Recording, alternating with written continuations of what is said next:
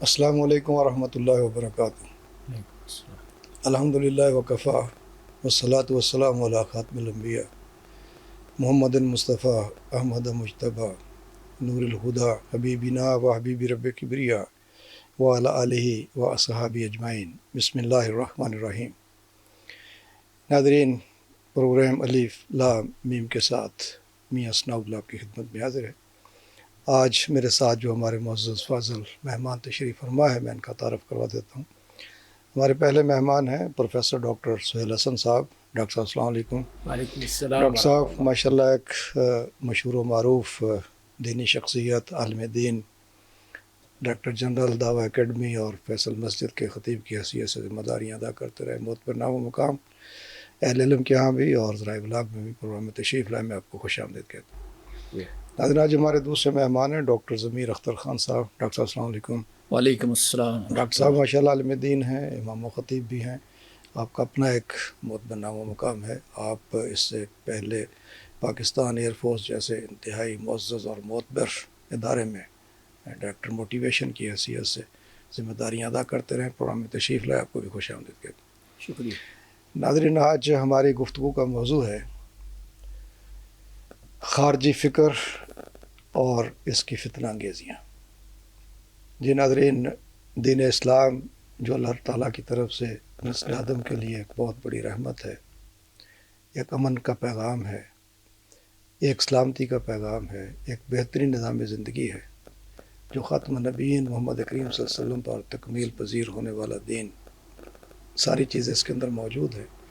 لیکن یہ المیہ ہے کہ نسل آدم اس کے کچھ حصوں نے ابتدا آفرینش سے لے کر اللہ کے بھیجے ہوئے دین کی وہ قدر نہیں کی جو کی جانی چاہیے تھی، اور یہی معاملہ خاتم النبیین محمد کریم صلی اللہ علیہ وسلم کی حیات طیبہ میں بھی اور آپ کی حیات طیبہ کے بعد بھی ہمیں نظر آتا ہے۔ حیات طیبہ میں منافقین کا ایک گروہ پیدا ہو گیا جس نے اپنی رشوہ دوانیاں کرنی شروع کی اور امت مسلمہ کے اس ابتدائی گروہ کو نقصان پہنچانے کی کوشش کی، اور اس کے بعد بھی پھر ایسی سوچ اور فکر رکھنے والے لوگ نکلتے آئے جو بظاہر بہت دیندار، بظاہر بڑی دین سے محبت کرنے والے نظر آتے تھے، لیکن اندر سے دین کو بھی، امت مسلمہ کو بھی کھوکھلا کرتے ہوئے نظر آئے۔ تاریخ اس پر شاہد ہے۔ اسی گروہ میں سے ایک گروہ خوارج کا بھی کہلاتا ہے۔ تو یہ گروہ نہیں بلکہ ایک فکر ہے جس کو خارجی فکر کہا جائے گا، اور اس خارجی فکر رکھنے والے لوگوں کے بظاہر عقائد اور نظریات اور اعمال بھی ایسے نظر آتے ہیں کہ جو بہت ہی دین سے محبت رکھنے والے اور بڑے ہی دین پر فدا ہونے والے، لیکن اندر سے اپنی من مانی کرنے والے، حتیٰ کہ حکومتی نظم اور حکومتی ڈھانچے کو بھی اپنی مرضی سے تشکیل دینے والے، اگر وہ اپنی مرضی کا نہ ہو تو اس کو گرانے میں ذرا بھی دیر نہ لگانے والے۔ یہ ایک فکر چلتی آ رہی ہے۔ اسی فکر کا نتیجہ ہے جس نے امت مسلمہ کا شرازہ بکھیرا۔ سیدنا حضرت علی کرم اللہ وجہہ کی شہادت بھی انہی لوگوں کے ہاتھوں ہوئی، اور پھر اس کے بعد آپ دیکھ لیں پوری تاریخ اس کی گواہ ہے کہ یہ فکر کیسے کہیں نہ کہیں چلتی رہی، اور آج تک امت کے اندر پائی جاتی ہے کہ بغیر علم کے، بغیر دلیل کے، محض ہٹ درمی کی بنیاد پر کھوکھلے نعرے لگا کر، کہیں اللہ کے حکم کی بلندی کا نعرہ لگا کر کہ حکم صرف اللہ کا ہے، اور اس کے پیچھے اپنے مقاصد کو لے کر کے بغیر علم کے کفر کے فتوے اور کفر سے لے کر تشدد اور قتل و غارت، یہ اس فکر کا شاخسانہ ہے جس کو آج بھی ہم بھی بھگت رہے ہیں، اور امت مسلمہ کے اور بھی بہت سے حصے بھگت رہے ہیں۔ تو اسی پہ آج ہم گفتگو کریں گے اور اپنے دونوں اسکالر سے رہنمائی حاصل کریں گے کہ یہ فکر اصل ہے کیا چیز ہے، اور کیسے اس کی فتنہ انگیزیاں جنہوں نے امت کا شرازہ بکھیرا ہے، امت کو نقصان پہنچایا ہے، اور اس سے نپٹا کیسے جائے۔ ایک تو ذریعہ طاقت کا ہے نا جی، لیکن طاقت کا استعمال حضرت علی رضی اللہ عنہ نے کیا۔ جو بچے کچے تھے وہ دیکھیں پھر نکل گئے۔ تو میرے خیال میں جب تک ذہنی اصلاح نہیں ہوتی، ساتھ ساتھ تربیت کا عمل نہیں ہوتا ہے طاقت کے ساتھ، وہ بھی ضروری ہے۔ تو بہرحال یہ ہمارے اسکالرز بتائیں گے۔ میں گفتگو کا آغاز تو پروفیسر ڈاکٹر سہیل حسن صاحب سے کرتا ہوں۔ ڈاکٹر صاحب، میں نے چند کلمات جی اس کے حوالے سے عرض کیے ہیں، تو اصل تو آپ بتائیں گے کہ اس خارجی فکر کی جو تاریخ ہے، ابتدا ہے، کیسے دیکھتے ہیں اس کو آپ؟ جی بسم اللہ الرحمن الرحیم الحمد للہ رب العالمین والصلاة والسلام علی سید المرسلین وعلی آلہ وصحبہ اجمعین۔ خوارج کا جو نام ہے اصل وہ نکلا ہی اسی خرجہ سے، اور وہ خروج جو بغاوت کے ہم معنی ہوتا ہے اس کے لیے استعمال کیا گیا، اور یہ نبی کریم صلی اللہ علیہ وسلم کے دور میں ہی اس کی نشاندہی کر دی گئی تھی۔ اور اس میں جو ایک مشہور حدیث آتی ہے کہ غزوہ حنین کے بعد جب نبی کریم صلی اللہ علیہ وسلم مال غنیمت تقسیم کر رہے تھے تو آپ نے ایک حکمت کے تحت جو نو مسلم تھے افراد ان کو زیادہ دیا، کافی زیادہ دیا ان کو، اور جو پہلے سے مسلمان ہیں ان کو اتنا نہیں دیا۔ تو وہیں پہ کسی نے اعتراض کر دیا کہ اعدل یا محمد صلی اللہ علیہ وسلم۔ تو ظاہر ہے کہ کتنی بڑی بات تھی کہ نبی کریم صلی اللہ علیہ وسلم کو ایک شخص یہ کہہ رہا ہے کہ آپ عادل کیجئے، تو آپ نے ہی کہا کہ خسرت وغبت وخسرت اذا لم اعدل، کہ اگر میں اس طرح اگر عادل نہیں کروں گا تو پھر تو ناکام و نامراد ہو جاؤں گا، یعنی یہ کیسے ہو سکتا ہے۔ اور پھر جب اس کے بعد اٹھ کے جا رہا تھا تو آپ نے بتایا کہ اسی کی نسل میں سے کچھ ایسے لوگ نکلیں گے جن کی نمازوں کو تم اپنی نمازوں کے سامنے اپنی نمازوں کو حقیر سمجھو گے، اپنے روزوں کو ان کے روزوں کے سامنے حقیر سمجھو گے، اللہ اکبر، اور وہ قرآن کریم کی تلاوت کریں گے لیکن وہ تلاوت ان کے حلق سے نیچے نہیں اترے گی۔ استغفر اللہ۔ جی، تو اس طرح پھر آپ نے ان کی جو موٹی موٹی علامات تھیں وہ بتا دی، اور پھر یہی ہوا کہ جو آپ نے فرمایا تھا بالکل، آپ ظاہر نبی ہیں اللہ کے، آپ کی نبوت کی یہ علامت ہے کہ وہی ہوا کہ سیدنا علی رضی اللہ تعالیٰ عنہ کے دور میں یہ لوگ نکلے، اور بہانہ تو یہ تھا کہ وہ سیدنا عثمان رضی اللہ تعالیٰ عنہ کے خون کا بدلہ لینا چاہتے تھے اور اس کے لیے ہی کوشش کر رہے تھے۔ جی، تو ایسا تو نہیں ہوا، لیکن ان کی اپنی خواہشات تھیں جی، اور اپنے معاملے تھے، اور پھر جو مشہور ان کا قولہ تھا ان الحکم الا للہ کے نام سے لے کر انہوں نے یہی چاہا کہ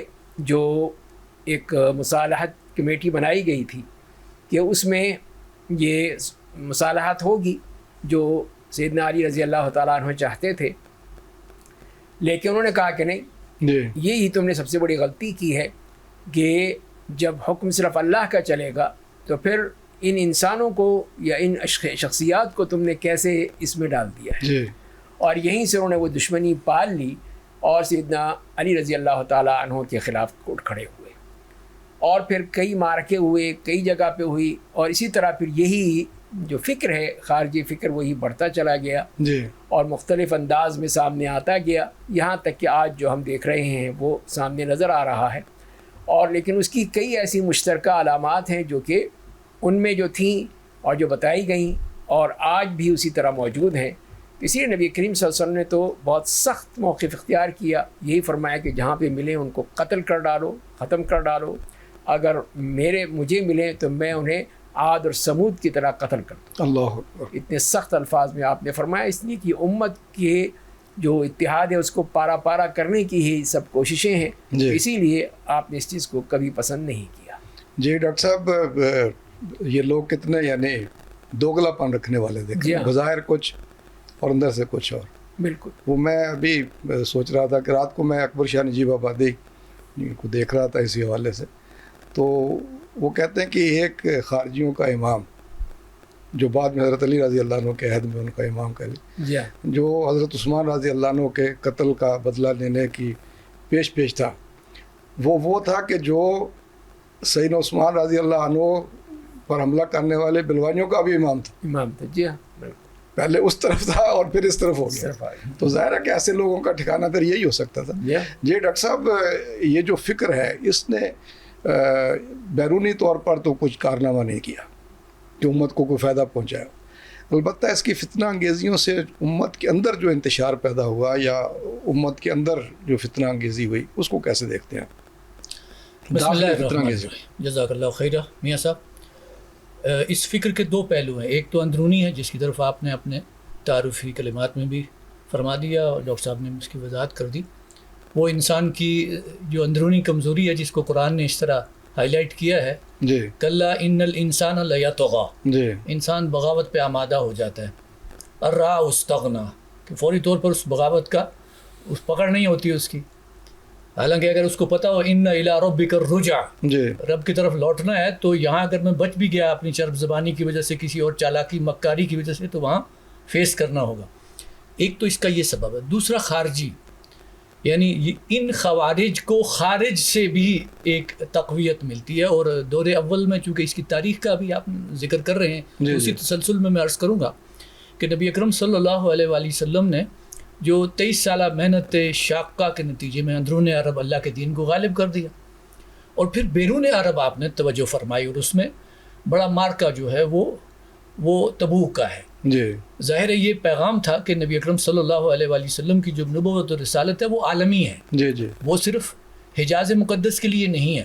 آپ صرف اہل عرب کے لیے پیغمبر نہیں ہیں، آپ عالم انسانیت کے لیے ہیں. تو لہٰذا آپ نے وہیں سے انڈیکیٹ کر لیا کہ میری امت نے یہ کام کرنا ہے. جی اب یہ اتنا بڑا کام جب ہو گیا کہ جزیرۃ العرب میں اللہ کا دین غالب ہو گیا، آپ صلی اللہ علیہ وسلم دنیا سے رخصت ہو گئے. ظاہر ہے ایک اللہ کا فیصلہ تھا. تو اب جو بیرونی طاقتیں حرکت میں آئیں، یعنی حضور صلی اللہ علیہ وآلہ وسلم کی اسٹرگل کے دوران بھی وہ بیٹھی ہوئی تو نہیں تھی، واچ کر رہی تھی، لیکن اب ان کے لیے یہ ایک موقع تھا. چنانچہ آپ دیکھیے اسی وقت پھر کھڑے ہو گئے اندرون میں مانعین زکوٰۃ مسلمانوں میں سے. انہوں نے کہا جی زکوٰۃ نہیں دیں گے، ان کو نہیں دیں گے. زکوٰۃ کے فریضے کا انکار نہیں کر رہے. تو نبی حضرت ابوبکر رضی اللہ تعالیٰ عنہ نے ان کے خلاف مسلح جہاد کیا، یعنی قتال کیا.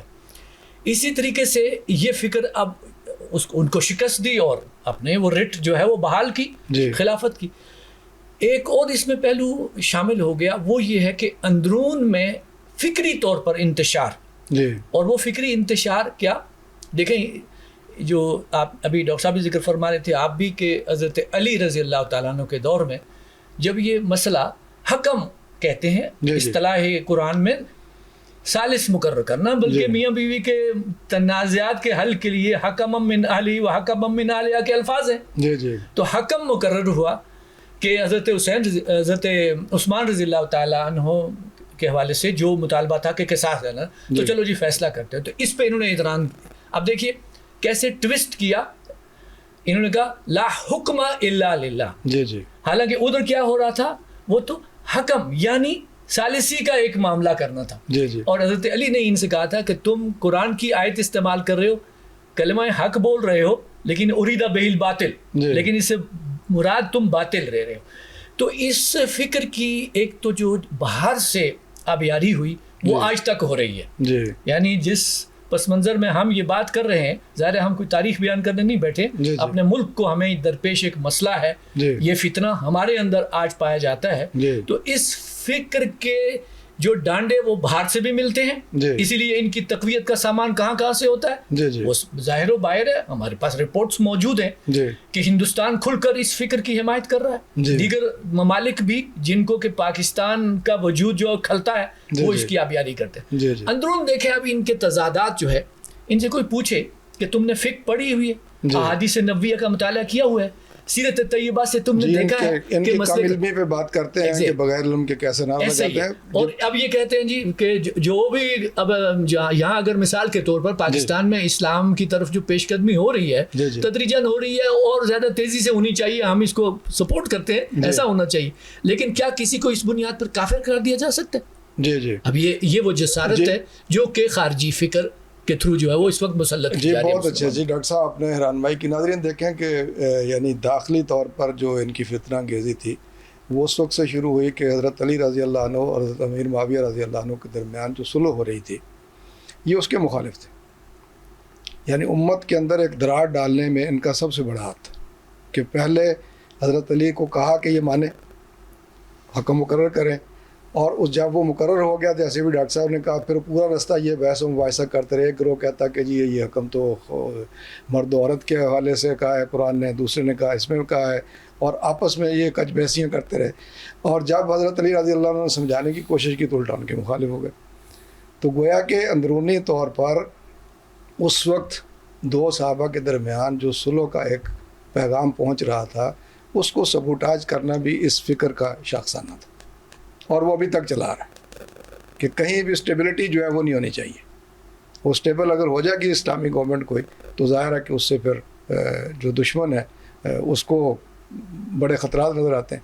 تو یہ چلتا رہا۔ ڈاکٹر صاحب بھی نبی علیہ الصلوۃ والسلام کی حدیث مبارکہ کی روشنی میں آپ نے کہا کہ یہ لوگ یعنی ان کی دینداری کا ذکر کیا نا جی کہ ان کی عبادات ایسی ہوں گی ہے۔ تو آج بھی ہم دیکھتے ہیں کہ بڑے خشوع و خضوع کے ساتھ نمازیں پڑھنے والے اور جناب بڑے ہی رقت کے ساتھ جو ہے وہ باتیں کرنے والے، تو بظاہر دینداری نظر آتی، لیکن اس فکر کے اندر چھپا ہوا ایک فساد اور انتہا پسندی نظر آتی، اس کو کیسے دیکھتے ہیں؟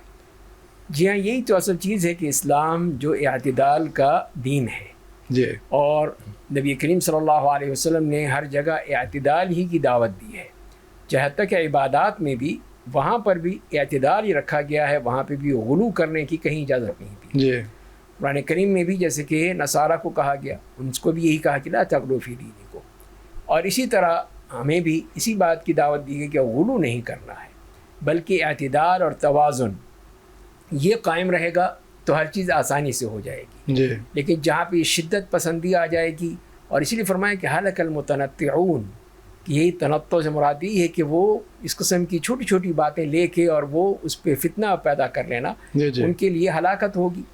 تو یہاں سے ہی معلوم ہوتا ہے کہ اسلام یہ ایسا دین نہیں ہے کہ جہاں پہ اس قسم کر کے غلو اور شخصیت پرستی ہو یا بغاوت اور خروج کا معاملہ ہو۔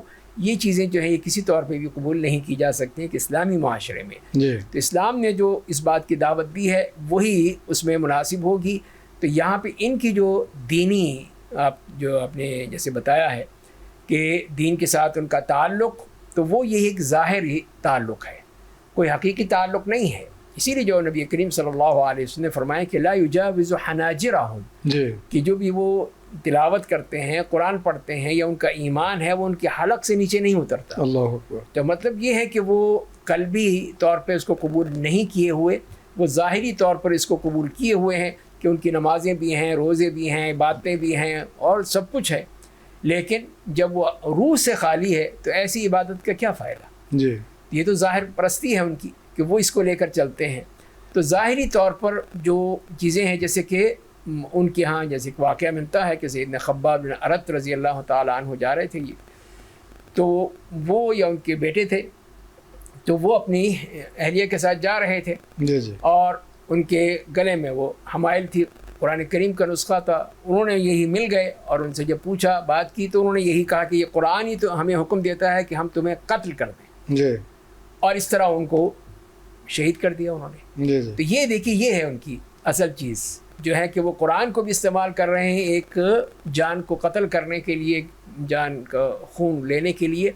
تو یہاں سے کیسے ان سے تصور کیا جا سکتا ہے کہ ان کی نمازوں کے کوئی اثرات ہوں گے، جی، ان کے روزوں کے کوئی اثرات ہوں گے، یا ان کی جو قیام اللیل ہے اس کی کوئی اثر ہوگا؟ ایسا ہے ہی نہیں۔ جی، وہ صرف اور صرف ایسی باتیں ہیں کہ جس کے ذریعے سے وہ اپنے ان گناہوں کو چھپانے کی کوشش تو کر سکتے ہیں، لیکن اللہ کے ہاں اس کا کوئی مقام و مرتبہ نہیں ہے۔ تو یہی وجہ ہے کہ یہی آپ نے صاف فرما دیا ہے کہ جب ان کے دل تک بات نہیں پہنچتی ہے، صرف ظواہر ہی ظواہر ہیں، تو یہ وہ چیز نہیں ہے جو کہ ہونی چاہیے۔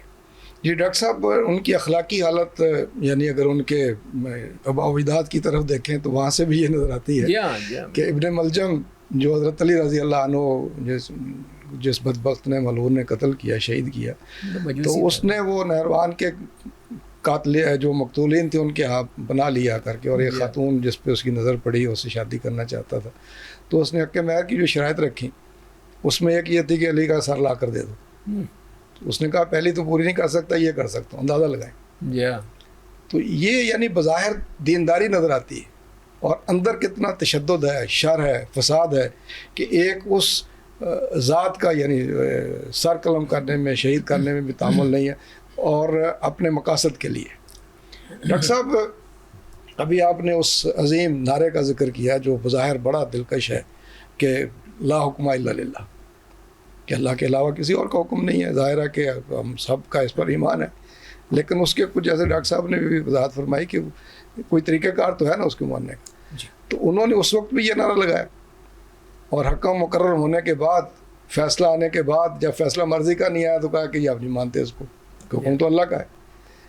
اور اس وقت سے لے کر تاریخ یہی بتا رہی ہے، جیسے ابھی آپ نے تذکرہ کیا اس وقت جو صورتحال جیسے ہم گزر رہے ہیں کہ اس وقت بھی اور اس سے گزشتہ کو 2-3 دہائیاں پہلے کی جو صورتحال رہی اس میں بھی ایک گروہ جو فکر رکھنے والا وہ یہی کہتا نا جی حکم تو اللہ کا ہم نہیں مانتے کسی کو. تو اس کی کتنے نقصانات نظر آئے. بظاہر بڑا دلکش نہ رہا ہے. ہاں لیکن اس میں ہمارے لیے جو اسوہ ہے وہ نبی اکرم صلی اللہ علیہ وسلم کی ذات گرامی ہے. جی آپ نے معاملات کے حوالے سے جو ہدایات دی ہیں وہ عقائد اور عبادات سے لے کے اجتماعی سطح تک ہر جگہ ان میں مکمل رہنمائی موجود ہے. کوئی جھول نہیں ہے, کوئی اس میں ایمبیگوٹی نہیں ہے. جی اب دیکھیے آپ صلی اللہ علیہ وسلم نے فرمایا کہ تم میں سے کسی برائی کو کوئی دیکھے مَن رَأَىٰ مِنکُم مُنکَرًا فَلْیُغَیِّرْهُ بِیَدِهِ جی جی فَإِن لَّمْ یَسْتَطِعْ فَبِلِسَانِهِ جی وَإِن لَّم یَسْتَطِعْ فَبِقَلْبِهِ جی. وَذَلِکَ أَضْعَفُ الْایمان. جی اب یہ تدریج ہی بتا رہی ہے کہ اس کا مطلب یہ کہ پہلا جو مرحلہ ہے وہ ایک فرد کا نہیں ہے. جی انڈیویجول ہر جگہ اپنی مرضی کے مطابق جو ہے وہ اصلاح نہیں کر سکتا. جی جی مثلا اگر کسی نے دیکھا کہ ایک شخص دوسرے کو جو ہے وہ مار رہا ہے تو کیا وہ کھڑے ہو کے وہاں یہ فیصلہ کرے گا کہ جناب تم نے اس کو چوٹ لگائی ہے میں تمہیں چوٹ لگاتا ہوں؟ تو یہ تو اس کو اجازت نہیں ہے. جی یہ تو اس کے لیے تو ایک پروسیجر ہے, اس کے لیے ایک نظام ہے.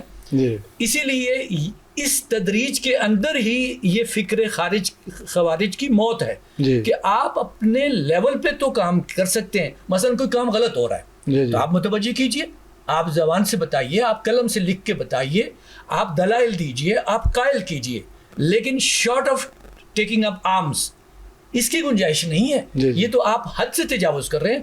آپ چلیں اصلاح کرنے کے لیے اور آپ فتنے کا موجب بن رہے ہیں, اور الفتنہ تو اشد من القتل, قتل. جی اور فتنہ تو جو ہے وہ تو قتل سے بھی بری چیز ہے. جی جی یہاں دیکھیں تعبیر کی یہ وہ کوتاہی ہے, یہ ہے ناقص فہم دین کا, جی جی کہ دین کے وہ احکام جن کا تعلق اجتماعیت سے ہے, ایک ریاست سے ہے, ایک حکومت سے ہے, وہ اگر ایک گروہ افراد وہ اپنے ہاتھ میں لے لے تو فساد برپا ہوگا. جی جی کوئی پوچھے ان سے کہ جناب آپ نے اس وقت جو یہ کام کیے اس میں سیرت سے کوئی مثال دے سکتے ہیں؟ اس نعرے کا غلط استعمال ہے. ایگزیکٹلی سیرت طیبہ میں تو یہاں تک کہ ہے جی جی کہ باقاعدہ مسلح تصادم میں نبی اکرم صلی اللہ علیہ وآلہ وسلم اتنی احتیاط اپنے ساتھیوں کو دے رہے ہیں کہ عین میدان جنگ میں بھی قرآن کا بھی حکم ہے کہ اگر وہ کہے کہ بھائی سلامتی ہے تو آپ یہ نہیں کہہ سکتے کہ نہیں جی آپ مسلمان نہیں, ہم وہ صرف سلام کر لے, اس سے قطع نظر کہ اس کا مسلمان ہونا ثابت ہے یا نہیں ہے, اس کا دل چیر کے نہیں دیکھ سکتے. ایگزیکٹلی یہ بات, یہ دلیل ہے اس بات کی کہ اس فکر کے لیے کوئی گنجائش قرآن میں تو سرے سے ہے ہی نہیں. قرآن مجید صاف کہہ رہا ہے آپ کا کام ہے نبی ان کو بتا دیجئے حقیقت, اور جب وقت آئے گا اللہ دین کو غالب بھی کرے گا, آپ دین کے احکام کی تنفیذ بھی کریں گے, لیکن دلوں کو موڑنا, ان کو راہ راست پر لانا, اس کی توفیق ہمارے اختیار میں ہے. حالانکہ حضور صلی اللہ علیہ وسلم بھی بہت پریشان ہوتے تھے کہ لوگ کیوں نہیں مان رہے. اب یہ نہ ماننے کا مثال کے طور پر ہمارے ہاں یہ ہے کہ بھی ہم مطالبہ کرتے ہیں کہ جناب پاکستان میں اسلام دستوری طور پر جس طرح ہمیں اجازت ہے کہ ہمیں یہاں دین نافذ کرنا چاہیے, دستور کہہ رہا ہے کہ یہاں قانون سازی قرآن و سنت کے خلاف نہیں ہوگی, دستور کہہ رہا ہے کہ یہاں سے سود جو ہے اس کو ختم کیا جائے گا. اب اگر نہیں ہو رہا تو یہ کوتاہی ہو رہی ہے, اس کی نشاندہی تو ہم کریں, لیکن آیا اگر یہ نہیں ہو رہا تو ہم فساد برپا کرنا شروع کر دیں اور ملک کے حالات کو اور بے حال کر دیں کہ جو کچھ اسلام پر اب تک پیش رفت ہوئی ہے وہ بھی ریورس ہو جائے. تو یہ تو ایک منفی فکر ہے, اس کی ہرگز کوئی اجازت نہیں دے سکتا. جی بہت اچھا ڈاکٹر صاحب. ناظرین یہ نعرہ بڑا ہی دلکش, لا حکم الا للہ, اللہ کے علاوہ کسی اور کا حکم نہیں. سب سے پہلے تو انفرادی زندگی میں دیکھنا چاہیے نا کہ حکم برادری کا چلتا ہے, حکم رسم و رواج کا چلتا ہے, حکم جو ہے اپنی انا کا چلتا ہے, ریاکاری کا, غرور و تکبر کا چلتا ہے, پیسے کی فراوانی کا چلتا ہے, یا اللہ کا چلتا ہے. تو یہ وہاں بھی نظر نہیں آتا. خود ساختہ امیر کا چلتا ہے, یہ وہاں بھی نظر نہیں آتا, ابتدا سے نظر نہیں آتا. ٹھیک ہے نا جی. اور اس کے بعد پھر اس نعرے کا استعمال اجتماعی طور پر بڑا دلکش ہے, خوش آئند ہے, لیکن اس کا استعمال غلط کرنا, اس کی بنیاد پر لوگوں کو اکسانا اور لوگوں کو جو ہے وہ ان کے جان و مال کو خطرے میں ڈال دینا. اور جیسے خوارج کی تاریخ یہی بتاتی ہے کہ اسی نعرے کی بنیاد پر کتنے مسلمانوں کی تہگ سے جو ہے وہ تہ تیگ ہو گئے. تو شاخسانہ کیا ہوا, نتیجہ کیا نکلا؟ امت کمزور ہوئی, سلطنت کمزور ہوئی, ریاست کمزور ہوئی, اور دو برگزیدہ ہستیوں کے درمیان ایک خلیج بن گئی. یہ خلیج بن گئی نا جی، اور جو کبھی آج تک اس طرح سے پھر مکمل نہیں ہو سکی، بڑھتی چلی جا رہی ہے. یعنی یہ گروہ کہیں نہ کہیں سر اٹھاتا ہے اور امت کو نقصان پہنچانے کی کوشش کرتا ہے. ڈاکٹر صاحب ابھی آپ نے ذکر کیا، بلکہ ڈاکٹر ضمیر صاحب نے بھی، علم کے حوالے سے کہ بہت سے لوگ جو ہیں وہ بظاہر تو لگتے ہیں کہ بڑے عالم فاضل ہوں گے، شکل و صورت سے جو ہمارا ایک معیار ہے، ہم تو علم کا پیمانہ کوئی ظاہری چیزوں کو رکھتے ہیں، ٹھیک ہے، وہ بھی ہونے چاہیے. تو یہ اس دور میں بھی یعنی جو یہ گروہ جو پیدا ہوا تو اس میں زیادہ اجمی لوگ تھے، جو تاریخ بتاتی ہے، جو دین کی اصل روح سے واقف نہیں تھے، قرآن سے بھی شناسہ نہیں تھے، احادیث سے بھی شناسہ نہیں تھے، اور ایکسپلائٹ ہو گئے. یعنی جیسے ڈاکٹر صاحب نے کہا کہ بیرونی طاقتوں نے ایسے لوگوں کو پکڑا اور ان کو ایکسپلائٹ کیا کسی نہ کسی حوالے سے، مالی حوالے سے، کسی اور جگہ سے. تو یہ علم کے بغیر اس قسم کے نعرے لگانا کہ جن کے اندر پھر شدت ہو، یہ غلبہ ایسے نظر آئے کہ جناب اس کے بغیر تو زندگی بیکار ہو گئی، ٹھیک ہے نا جی، تو کیسے دیکھتے ہیں اس کے پھر نقصان کتنا ہوتا ہے؟ جی ہاں، اس کا تو بہت ہی تباہ کن اس کے نتائج نکلتے ہیں. اور جیسے کہ انہی کو دیکھتے ہوئے جو چیزیں معلوم ہوتی ہیں کہ ان کے اندر جو ان کی صفات بیان کی گئی ہیں، ان میں ایک بنیادی چیز یہی نظر آتی ہے ان کے اس فکر میں کہ وہ نبی کریم صلی اللہ علیہ وسلم کی سنت کو انہوں نے کوئی بھی اہمیت نہیں دی جی، اور نہ ہی اس کے مطابق چلنے کی کوشش کی اور نہ ہی اس کا علم حاصل کیا. اس سے سب سے بڑی بات تو یہی کہ یعنی خوارج میں جو، یعنی اگر ہم جو تاریخ میں جن خوارج کو دیکھتے ہیں کہ وہ صاحب کبیرہ کو بھی کافر قرار دیتے ہیں، جی، کہ جو صرف اس سے گناہ ہو گیا، ٹھیک ہے کبیرہ گناہ ہے، اس کے لیے توبہ ہے، توبہ کر لے، معاف ہو گیا، لیکن وہ کہتے نہیں یہ کافر ہو گیا ہے، اب یہ جہنم میں ہمیشہ ہمیشہ کے لیے رہے، مخلد فی النار ہے. جی، تو یہ کیا ہے؟ یہ بالکل سنت کے خلاف ہے. یہی ہے کہ علم کے نہ ہونے کی بنا پہ. دوسری بات یہی کہی کہ احداث الاسنان، کہ بہت ہی کم سن نوجوان وہ ہوں گے. اور تیسری چیز یہ بتائی سفہاء الاحلام، جی، بے وقوف، جی، عقل ان کی وہ نہیں ہے. تو اس چیز کو اس کو انہوں نے بیان کیا. جی، تو یہ چیزیں جو ہیں یہ اسی بات کی ہیں کہ وہاں علم کا کیا تعلق ہے. جی، وہاں تک جذباتیت ہے، نوجوانوں کی جذبات کہ فوراً جو بھی ان کو لے کر چلتا ہے، یہ ایک ریوڑ ہے، جو اس کو ہانک لیتا ہے وہ ہانک لیتا ہے. جی، تو یہیں سے پھر خرابی پیدا ہوتی ہے کہ نہ وہ علمی طور پر کوئی ٹھوس چیزیں تھیں کہ جو بات کر سکیں، جی، اور نہ ہی ان کے پاس کوئی عقل و دانش تھی کہ جس کے ذریعے سے ان کو مخاطب کیا جا سکے، اور نہ ہی ان کے ہاں کوئی سنجیدگی تھی کہ جو ہوتی. اسی لیے جب سیدنا علی نے عبداللہ بن عباس رضی اللہ تعالیٰ عنہما کو بھیجا تھا جی، جی، کہ وہ جا کر ان کو مخاطب کریں، ان سے بات کریں کہ یہ تمہارا جو فکر ہے، تمہاری جو بات ہے وہ غلط ہے. جی، جی، اور اس میں بہت بڑی تعداد 2/3 کے قریب جو تھی وہ ان کی بات پہ تیار ہو گئے، مان گئے ان کو، جی، کہ جو سیدنا عبداللہ ابن عباس نے ان کو سمجھایا، بتایا اور ان چیزوں کو حقیقت بتائی تو وہ اپنے اس فکر سے پیچھے ہٹ گئے. لیکن اس کے باوجود جو ہیں وہ 1/3 وہ باقی رہے جو کہ اپنے اسی فکر پہ ہی قائم رہے جی، اور اسی پہ ہی چلتے رہے. تو یہیں سے یہ معلوم ہوتا ہے کہ جب ان کے پاس علم نہیں تھا، تبھی جب علمی بات ہوئی، جیسے عبداللہ ابن عباس جیسی شخصیت، انہوں نے ان کو سمجھایا، بتایا اور ان کو صحیح علم سکھایا، جو اصل علم ہے نبی کریم صلی اللہ علیہ وسلم کی طرف سے، جی، جی، وہ باتیں بتائیں تو پھر اس پہ وہ تیار ہو گئے کہ ٹھیک ہے آپ کی بات صحیح ہے، اور وہ پھر سیدنا علی کے پاس آ کے ان سے مل گئے. جی، تو اسی سے یہی بات معلوم ہوتی ہے کہ علم کا وہاں پہ کوئی نام و نشان نہیں ہے. جی، اور یہ جہاں پہ بھی ہے وہ فوراً وہی جذباتیت کی بات ہے. اور بعد میں بھی دیکھیں یعنی عالم اسلام میں ہمارے ہاں تو جو ہے جس کو ہم بات کر ہی رہے ہیں، جی، جی، عالم اسلام میں جیسے کہ مصر میں وہ تحریکیں پیدا ہوئیں، عراق میں، شام میں، یہ تمام جو جتنی بھی آئی ہیں اس قسم کے جی، جی، یہ لوگ جو کہ خوارج ہی کے وہ عقائد رکھتے ہوئے، تکفیر خاص طور پہ ان کی ایک مشترکہ چیز ہے کہ بس یہ سب کافر ہیں، جی، سارے حکمران کافر ہیں، یا عوام سب کافر ہیں، یہ جو ان کو ماننے والے ہیں یا ہمیں نہیں ماننے وہ بھی کافر ہیں. جی، اس طرح کفر کی مشین لگا دی کہ ہر شخص کو کافر قرار دینا، اور جب وہ کافر ہو گئے تو واجب القتل ہیں تو ہم ان کو قتل کریں گے. جی، تو یہی جو فکر پیدا کیا تو یہ اسی بات کی نشاندہی کرتا ہے کہ انہوں نے نہ قرآن کریم کو سمجھا ہے صحیح معنی میں، اور نہ ہی نبی کریم صلی اللہ علیہ وسلم کی دعوت کو سمجھا ہے. جی، اور آپ نے کس طرح دعوت دی، کس طرح اپنے صحابہ کو تیار کیا ہے کہ ان کو کسی قسم کی ایسی کوئی بات نہیں کرنی ہے کہ جس کو کسی سے غلط تصور نقصان ہو. پہنچے. تو یہی چیز ہے کہ یہ ہے اصل چیز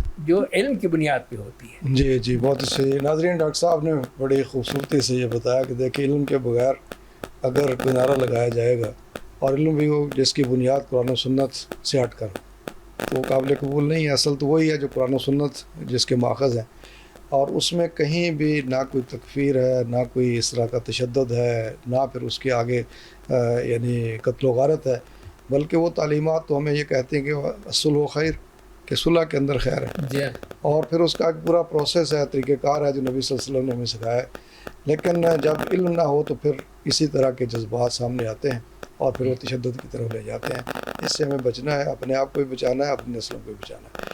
ایک چھوٹا سا وقفہ لیں گے، وقفے کے بعد پھر حاضر ہوں گے، ہمارے ساتھ رہیے گا. جی ناظرین، وقفے کے بعد ایک مرتبہ پھر آپ کی خدمت میں حاضر ہیں، اور آج کا ہمارا موضوع بہت ہی اہمیت کا حامل ہے میرے آپ ہم سب کے لیے، اس لیے کہ اس وقت ہم ایک ایسے کیا کہنا چاہیے اس کو، دردناک منظر ہمارے سامنے ہے، اس کا بیان کرنا مشکل ہے کہ اس کی مثالیں یعنی یہ ہم پورے وطن عزیز کے اندر دیکھ رہے ہیں. اس وقت آپ دیکھیں بلوچستان کے اندر جو کچھ ہو رہا ہے، جس طرح سے ہمارے جوانوں کے ساتھ ہو رہا ہے، اس طرح سے آپ باقی حصوں کے اندر دیکھ لیجئے. تو یہ ایک ایسی فکر کا ہی نتیجہ ہے نا شاخسانہ، جس کے پیچھے علم نہیں ہے، جس کے پیچھے کوئی حکمت نہیں ہے، جس کے پیچھے کوئی دانائی نہیں ہے، جس کے پیچھے جو ہے صرف اور صرف انتشار ہے، خلفشار ہے، اور اپنی مرضی کے فیصلے کروانا ہے کہ جو ہم کہیں گے وہ ٹھیک ہے، اور اگر ہماری بات نہیں مانی جائے گی تو پھر وہ بات غلط ہے، وہ حکومتی سطح پر ہو جس سطح پر، اس کا نقصان ہے. اور یہ فکر ابتدا سے چلی آ رہی ہے، جیسے ڈاکٹر صاحب نے اس کی تاریخ بتا دی کہ نبی صلی اللہ علیہ وسلم کے عہد مبارک میں بھی یعنی کچھ لوگوں نے جنہوں نے رسول اللہ صلی اللہ علیہ وسلم کی ذات پہ اعتراض کر دیا، ان کے نزدیک اور کیا ہو سکتا ہے.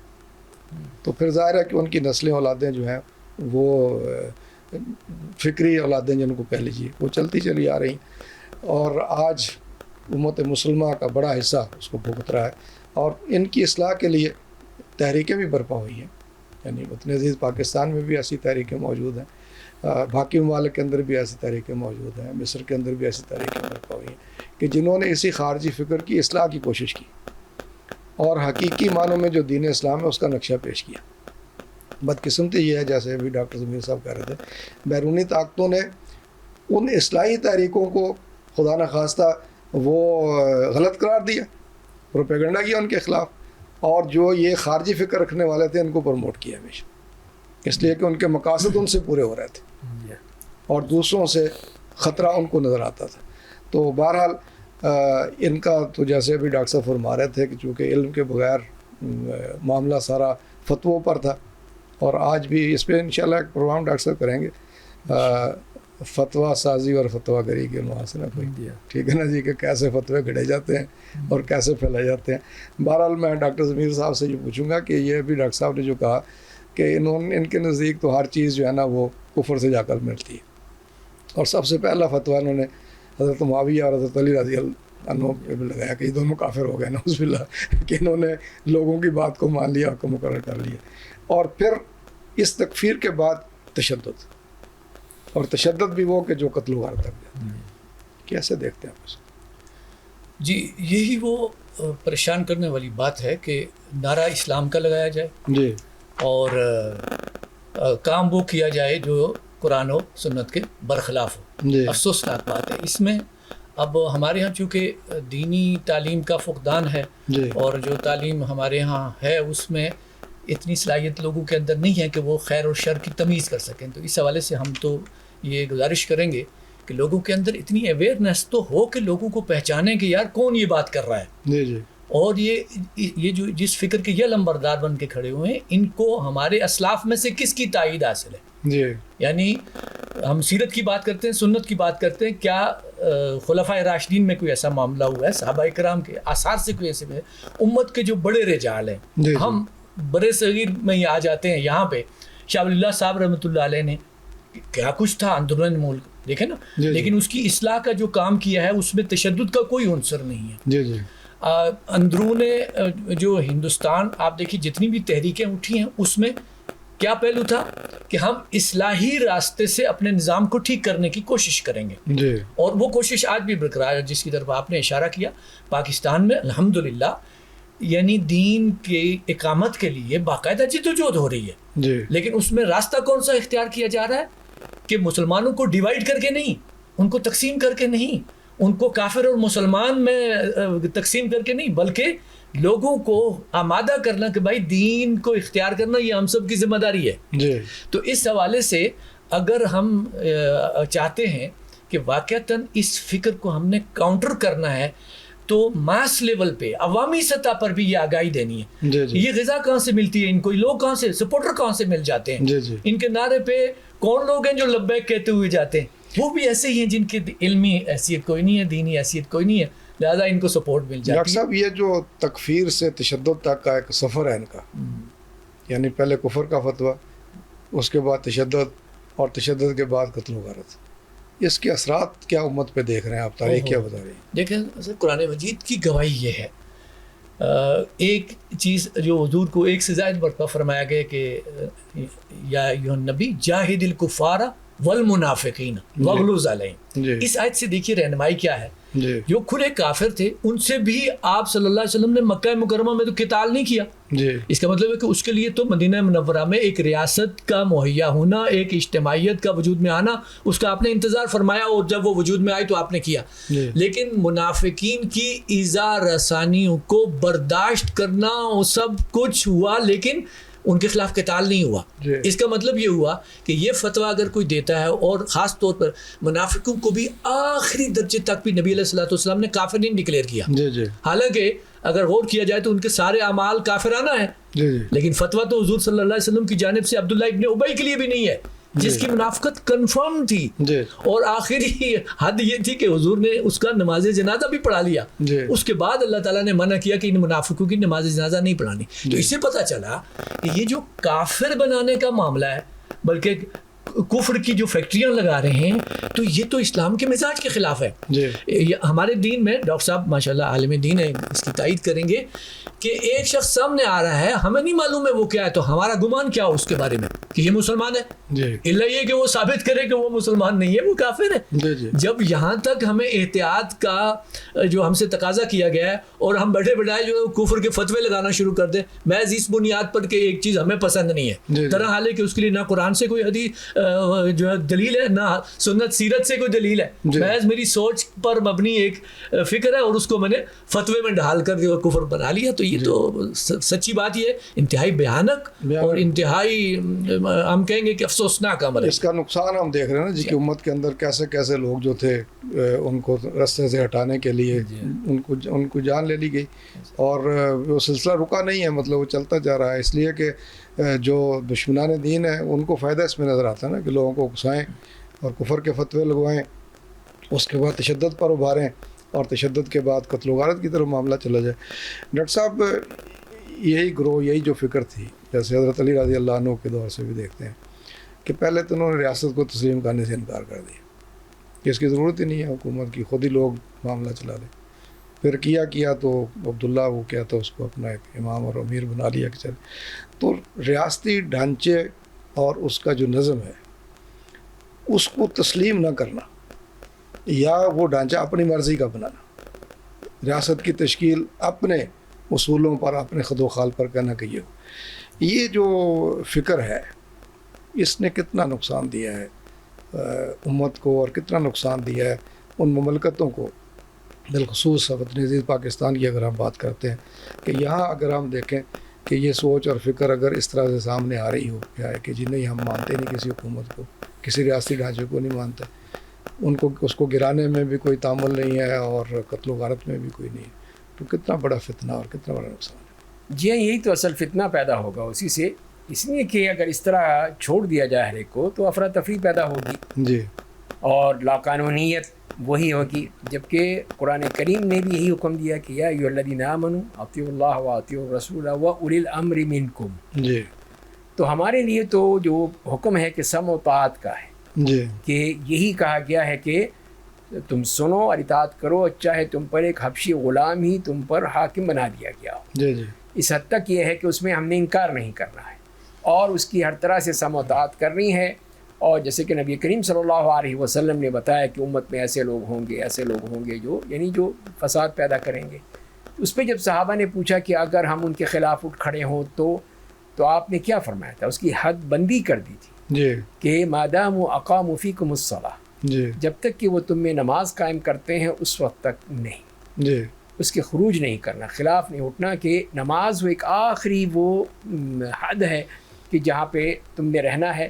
جی باقی جو چیزیں اگر وہ کرتا ہے اپنی ذاتی حیثیت میں تو کرنے دو اس کو، اس کا معاملہ ہے، اللہ تعالیٰ اس سے خود نمٹ لے گا، تم نے اس کے خلاف اٹھ کھڑے نہیں ہونا ہے. جی تو یہی چیز ہے جو کہ ہمیں اسلام نے اس طرح پابند کر دیا ہے کہ کسی بھی صورت میں ایسی ان حالات میں ایک حکومت کے خلاف جو ایک مستحکم حکومت بنی ہوئی ہے، ایک طریقے سے آئی ہے جی جی اور اس کے ذریعے سے وہ حکومت چل رہی ہے، تو اس کے خلاف اٹھ کھڑے ہونا، اس کے خلاف بغاوت کرنا، خروج کرنا، یہ اسلام کے بالکل خلاف ہے. جی تو اسلام، اور پھر یہیں سے جیسے میں نے عرض کیا کہ اگر ہم اس طرح کھلی چھٹی دے دیں تو ہر شخص جو ہے وہ اپنی حکومت قائم کر کے بیٹھ جائے گا. جی اس کا نتیجہ کیا نکلا؟ کیا اندلس کو بھول گئے ہم کہ اندلس میں کیا ہوا تھا؟ جی. کیا 700-800 سال تک مسلمانوں کی حکومت رہی، اس کے بعد جب وہ ٹوٹ گئے، بکھر گئے، تو پھر وہ یہی ہوا کہ وہ ان کے دشمن جو ہیں ان کے اوپر حاوی ہو گئے اور ان کے اوپر قبضہ کر لیا جی. اندلس پہ.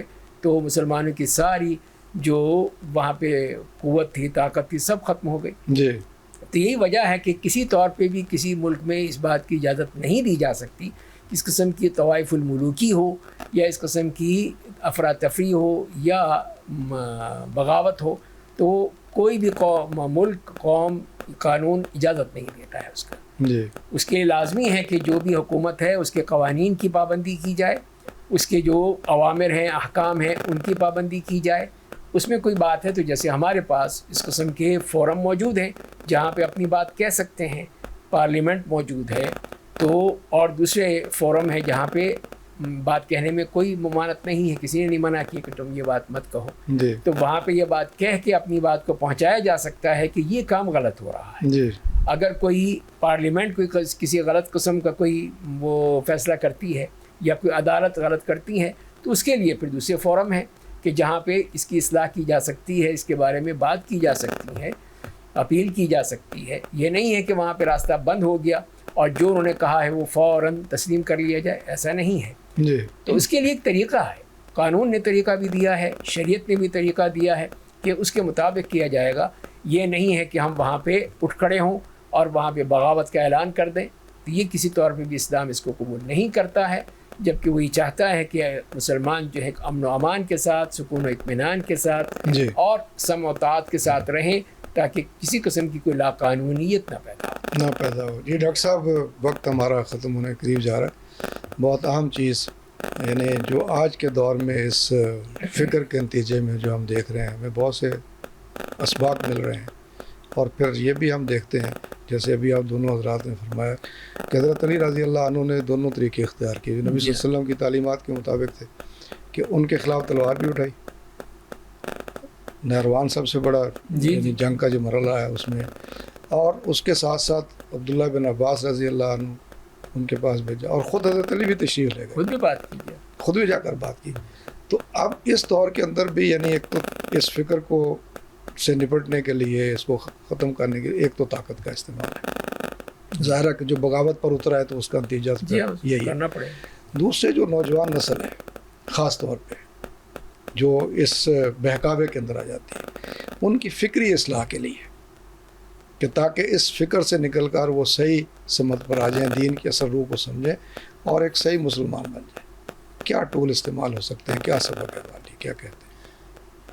جی، ایک طرف تو تعلیمی اداروں میں یہ اویئرنیس پیدا کرنے کی ضرورت ہے کہ وہ دین کے حوالے سے خاص طور پر جی جب بھی کوئی بات سامنے آئے تو اس کو پرکھیں کہ کون کہہ رہا ہے. جی ٹھیک ہے نا، یہ تو نہیں ہے کہ ہر ایرا وغیرہ اٹھ کے دین پہ اتھارٹی بن کے وہ اپنی بات کہے اور آگے جو ہے لوگ سادہ لوہی میں اس کو قبول کرتے چلے جائیں. جی. اس سے تو یہ فکر جو ہے مزید پھیلے گی.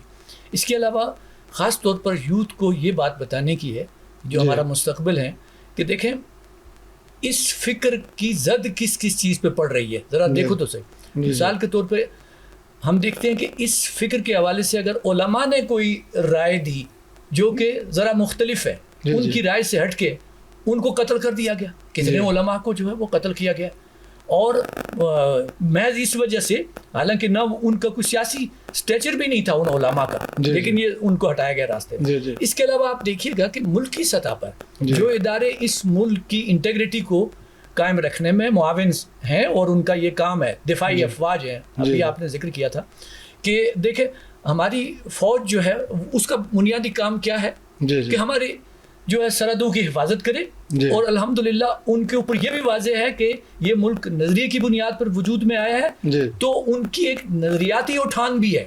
یہی وجہ ہے کہ ہماری افواج کا جو موٹو ہے وہ کیا ہے؟ ایمان، تقوی اور جہاد فی سبیل اللہ۔ اس حوالے سے بلکہ یہ کانسیپٹ بھی جو ہے وہ غلط ہے کہ ہماری افواج میں لوگ اس لیے شامل ہوتے ہیں کہ یہاں ہمیں صرف تنخواہ ملے گی۔ بیشتر ہمارے، اور خاص طور پر دیہات سے جو افواج میں ہمارے لوگ آتے ہیں جو سپاہی لیول کے ہوتے ہیں، مجھے آج بھی یاد ہے ایک سپاہی سے پوچھو کہ تم نے فوج کیوں جوائن کی ہے، تو وہ کہتا تھا کہ میں شہادت کے جذبے سے آیا ہوں۔ تو اس حوالے سے ہمیں نوجوانوں کو بھی اپیل کرنی ہے کہ یہ ملک ہمارا پیارا ملک، اس کے حوالے سے کم یہ ذہن میں رکھو کہ اس کو نقصان پہنچانے کے لیے اگر کوئی توانائیاں لگا رہا ہے اور اس کی دفاعی افواج کو بدنام کرنے کے لیے اس کے نظریے کو ایک طرف رکھ کے خود ساختہ نظریات مسلط کرنے کی کوشش کر رہا ہے، تو یہ ہمارے نوجوانوں کا کام ہے کہ اس کو کاؤنٹر کریں۔ آج کل تو ماشاءاللہ انفارمیشن کا دور ہے، وہ خود بھی اس پر چیزیں جو ہے وہ سمجھ سکتے ہیں۔ جی بہت اچھا جی ناظرین، بڑی سراسل گفتگو ہمارے دونوں فاضل مہمانوں نے کی ہے۔ میں سمجھتا ہوں کہ اگر اس کا ذرا خلاصہ دیکھ لیں تو یہی ہے کہ اس فکر سے جان چھڑانا بہت ضروری ہے۔ وہ پتہ نہیں چھوڑ سکتے یا نہیں چھوڑ، بہرحال اس کا اہتمام کرنا ہمارے بس کے اندر ہے جو ہماری استطاعت میں ہو۔ تو ایک طرف تو ہمارے ادارے اپنا کام کر رہے ہیں جو ان کے کرنے کا ہے، اور جو ان پر بلا وجہ تنقید کرتے ہیں میرے خیال میں وہ خود اس فکر کو یا سمجھتے نہیں ہیں یا پھر نعوذ باللہ، یہ میں نہیں کہنا چاہوں گا، کسی نہ کسی طرح سے اس فکر کے اندر شامل ہے۔ اگر شامل نہیں ہے تو پھر یہ ضرور ہے کہ ان کو اس فکر کا شعور نہیں ہے، اور وہ بھی اسی طرح سے اس رو کے اندر بہتے چلے جاتے ہیں۔ خوشنما نعرے ہیں اور وہ نعرہ بڑا اچھا لگتا ہے، کہتے ہیں یہ تو میرے دل کی بھی بات ہے، لہذا ان کے ساتھ شامل ہو جاؤ۔ لیکن سچ اور جھوٹ کو پرکھنا جو ہے بہت ضروری ہے، اس لیے کہ یہ باطل جو ہے ہمیشہ ہی باطل، لیکن یہ باطل خاص طور پر یہ سچ کے پردوں میں چھپ کر ہی ہے۔ اچھے نعرے لگا کر، قرآن مجید کو نیزوں پہ اٹھا کر اور پتہ نہیں کیا کیا کر کے جو ہے، تو اس طرح سے جو ہے نا یہ اس سے بچنا۔ اور اس وقت حضرت علی نے کہا تھا کہ یہ چالیں ہیں اور ان کے نعرے بڑے خوشنما ہیں لیکن اندر ان کے کچھ اور بھرا ہوا ہے، تو اس کو جاننا ضروری ہے۔ اور پھر دوسرے یہ کہ اس سے نپٹنے کے لیے جو علمی طور پر جو اہل علم ہے ان کا بڑا کام ہے، گھر کے ماحول کا بڑا عمل دخل ہے کہ آپ کے گھر کے اندر کیا سوچ اور فکر پائی جاتی ہے۔ بچوں کے اوپر چیک والدین رکھ سکتے ہیں، اہل علم کی ذمہ داری ہے۔ مساجد کے اندر مسجد کے ممبر و محراب کی ذمہ داری ہے کہ اس تکفیری فکر سے جو ہے نا لوگوں کو آگاہ کریں اور اس خارجی فکر سے آگاہ کریں۔ اور پھر اس کے ساتھ ساتھ یہ ہے کہ تعلیمی ادارے، وہ یونیورسٹیاں ہوں، اسکول کالجز ہوں یا مدارس ہوں، میرے خیال میں وہاں صحت مند قسم کے مباحثوں کی ضرورت ہے، مباحثے کیے جائیں، نوجوانوں کو موقع دیا جائے کہ وہ اس بات پہ آ کر اظہار خیال کریں اور پھر ان کی اصلاح کی جائے۔ جیسے حزب مخالف اور وہ کیا ہوتا ہے جی حزب موافق دونوں آتے ہیں نا جی، اپنے اپنے مباحثے کریں۔ اور پھر اس سے بڑھ کر سب سے بڑی بات جس پہ حکومت کو کرنے کی ایک اور ہے، وہ ذرائع ابلاغ ہے۔ جو حکومت کے کنٹرول میں ہے کم از کم ان پر کنٹرول کیا جائے کہ وہاں بیٹھ کر کے کچھ لوگ جو ہیں وہ اس قسم کی فکر کا اظہار نہ کر سکیں۔ پازیٹیو سوچ والے لوگ آگے آئیں، مثبت باتیں لوگوں کو سکھائیں، نوجوانوں کو سکھائیں۔ ناظرین، پروگرام کا وقت ختم ہوا چاہتا ہے، بہت سی باتیں شاید اس پہ اور ہو سکتی تھیں، انشاءاللہ پھر کبھی کریں گے۔ میں شکر گزار ہوں اپنے دونوں فاضل مہمانوں کا، پروفیسر ڈاکٹر سہیل حسن صاحب، ڈاکٹر ضمیر اختر خان صاحب کا تشریف لائے آج کے موضوع کی مناسبت سے میری آپ سب کی رہنمائی کی، اس دعا کے ساتھ کہ اللہ رب العالمین ہماری آنے والی نسلوں کی وہ رہنمائی فرمائے، توفیق دے ہمیں کہ ہم ان کی یہ تعلیم و تربیت کر سکیں کہ دین اسلام کا صحیح مفہوم، صحیح مقام، صحیح مرتبہ ہم سمجھ سکیں، اور اس کے نتیجے میں یہ اس قسم کی جو فکریں اور سوچیں ہیں اس سے اللہ تعالیٰ ہمارے معاشرے کو پاک کرے، ہمارے وطن کو اس سے محفوظ رکھے، ہماری نسلوں کو اس سے محفوظ رکھے۔ اللہ ہم سب کامی ناصر ہو، وطن عزیز پاکستان کا اس کے محافظ و کامی ناصر ہو۔ میں اسلام کو اجازت دیجیے، اللہ حافظ۔